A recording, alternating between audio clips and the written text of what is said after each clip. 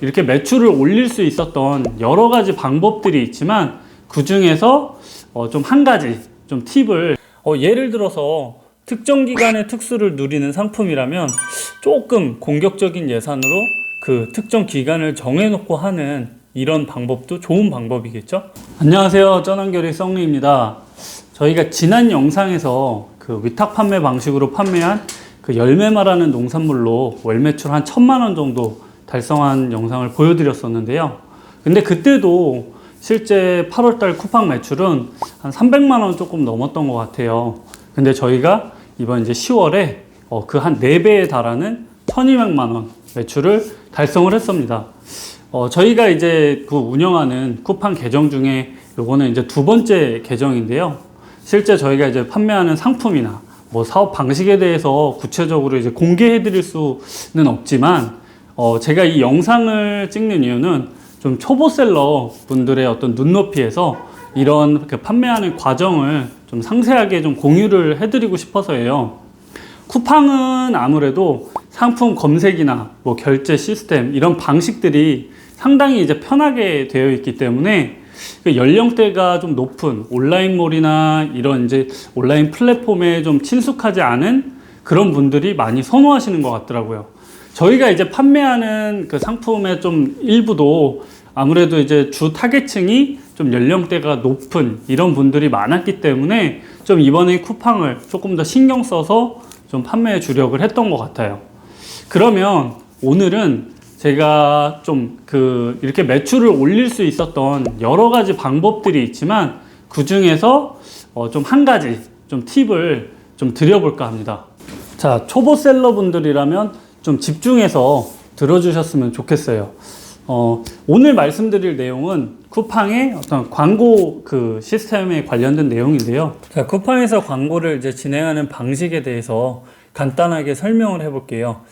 상품을 판매하면서 무조건 광고를 집행하는 게 좋은 건 아니지만 적절히 이제 잘 활용하면 가장 좋은 마케팅 전략 중에 하나가 될 수 있습니다. 그러면 여기 이제 쿠팡 윙 화면에서 요 위에 이제 마케팅 탭을 누르면 광고 관리, 광고 보고서, 광고 도움말이 나오는데 광고 관리 탭을 누르면 처음에 보여진 이 화면으로 들어오게 됩니다.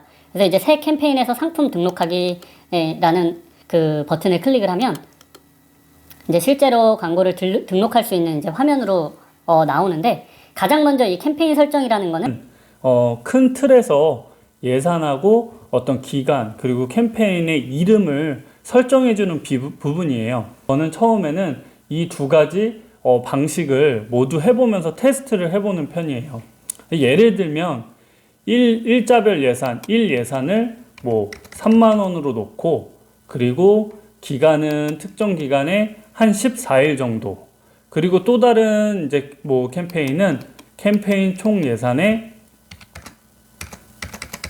10만 원을 넣고 종료일은 없고 이 예산이 다 소진될 때까지, 이렇게 두 가지 캠페인을 만들어서 한번 테스트를 해보는데요.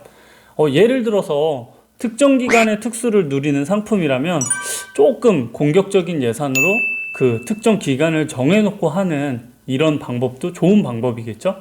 이제 쿠팡에서 권장하는 이제 한 7일에서 14일 정도 이 광고를 진행을 해본 다음에 그 성과를 분석하고 이제 더 적합한 거를 이 둘 중에서 선택해서 진행하시면 좋습니다. 자, 그 다음은 이렇게 이제 세부적으로 어떤 내 상품의 광고를 설정하는 부분인데요. 그 큰 틀에서 그룹 이름, 내 광고의 그룹 이름을 뭐 예를 들어서 이렇게 써주고, 그리고 이 밑에를 보시면 내가 지금 판매하고 있는 상품, 광고를 진행할 수 있는 상품 목록이 나와 있어요. 근데 지금 보시면은 뭐 여기 광고 효율업이라고 나와 있는데, 이거는 뭐냐 하면 이거를 클릭하게 되면 광고를 진행해서 조금 구매 전환율이 높다고 예상되는 그런 상품 목록만을 보여주는 겁니다. 그래서 상품 목록을 이렇게 하나씩 이제 등록을 하다 보면 옆에 있는 이 하늘색 바가 이런 진한 파란색으로 이제 채워지는 걸 확인하실 수 있는데요. 이거는 상품 등록 달성률이라고 해서 이 상품 등록 달성률이 100%로 채워져야만 그 광고 효율이 높아지는 거예요. 이거는 이제 쿠팡이 기존의 이 상품 판매 데이터를 바탕으로 그 캠페인의 광고 효과를 예측해서 나타내주는 지표인데요. 예를 들어서 제 상품 중에서도 이렇게 한 가지를 더 추가했을 때 이렇게 쭉 100%로 달성률이 높아지는 걸 보실 거예요.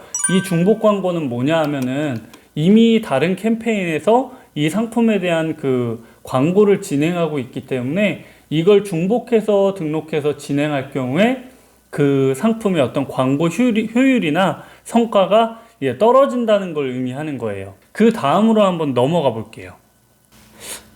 자, 그 다음에는 이 쿠팡 어떤 광고 방식에 대해서 설명을 해드리는 이제 가장 핵심적인 부분인데요. 여기 이제 보시면 그 매출 최저가 광고와 그리고 수동 성과형 이렇게 광고 두 가지가 있어요. 사실은 이 두 가지 광고 유형 모두 이제 CPC라고 하죠. CPC 과금 방식의 그 동일한 광고 유형인데요. 그 간단하게 설명을 드리면 뭐 스마트 스토어나 또는 이제 기타 오픈마켓에서도 흔히 사용하는 이제 그런 CPC 과금 형태의 광고 방식입니다. 자, 이제 그러면 저는 수동 성과형 광고에 대해서 한번 먼저 설명을 해봐 드릴게요.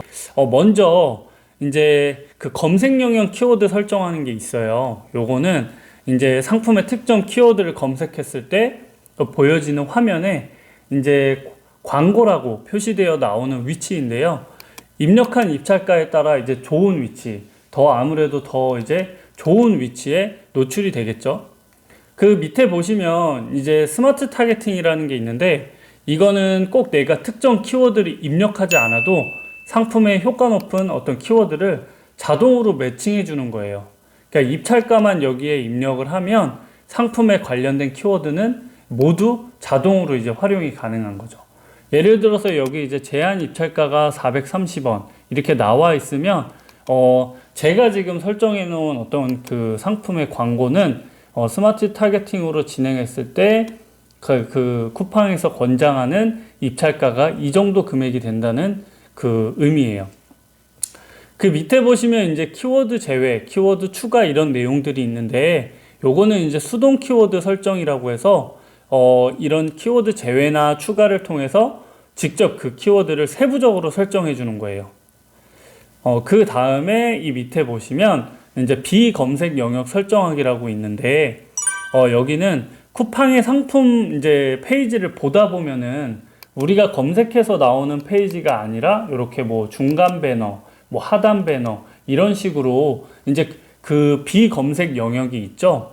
여기는 이제 입찰가가 상대적으로 좀 이제 그 아까 그 스마트 타겟팅보다 좀 저렴한데 그 이유는 뭐냐면 아무래도 이제 특정 키워드를 검색을 해서 노출이 되는 것보다 어떤 불특정 고객들한테 노출이 되다 보니까 그만큼 광고 효율이나 구매 전환율이 좀 상대적으로 좀 그 낮겠죠.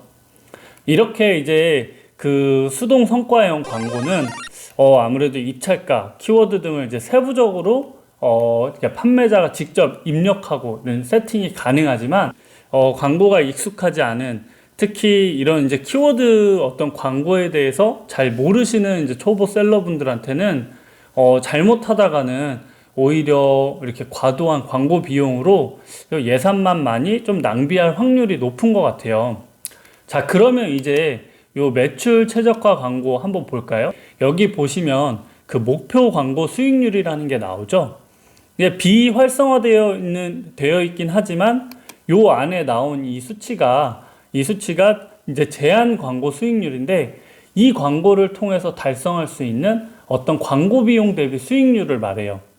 그러니까 세부적으로 입찰가나 키워드 설정을 안 해도 그러니까 목표 광고 수익률만 보고 간편하게 이 정도 광고면 해볼 만한데 라는 판단이 이제 서니까 제 생각에는 초보 셀러분들한테도 이 광고 그 방식이 조금 더 그 추천해 드릴 만한 것 같아요.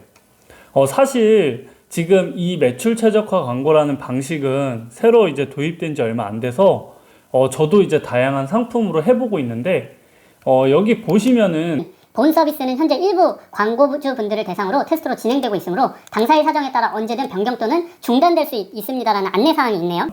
그러니까 아무래도 쿠팡은 이제 그 온라인 커머스의 IT 기반의 회사인 만큼 이런 정말 이제 다양한 시도를 좀 과감하게 많이 해보는 것 같아요.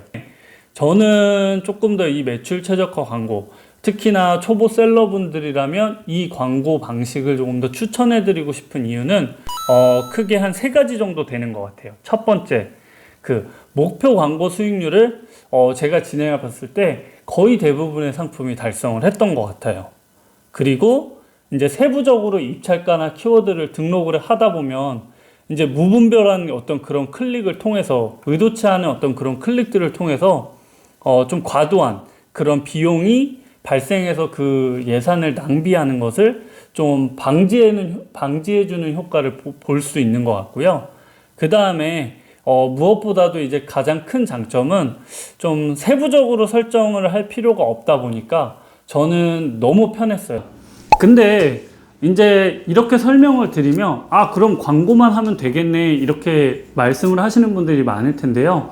물론 제가 처음에도 말씀드렸지만 이렇게 매출이 단기간에 좀 많이 오를 수 있는 데는 여러 가지 이유들이 있어요. 제가 설명드리는 지금 광고는 그 일부에 불과하고요. 제가 판매하고 있는 모든 상품들은 옆에 보시면 아이템 위너라고 다 선정이 되어 있다고 써 있는데 이 아이템 위너라는 게 정말 최근에 말도 많고 탈도 많고 이게 정말 상품을 판매하는 데 있어서 정말 중요한 부분인데요. 이 부분은 제가 아이템 위너에 대해서는 다음 영상에서 한번 다뤄드리도록 하겠습니다. 네, 감사합니다.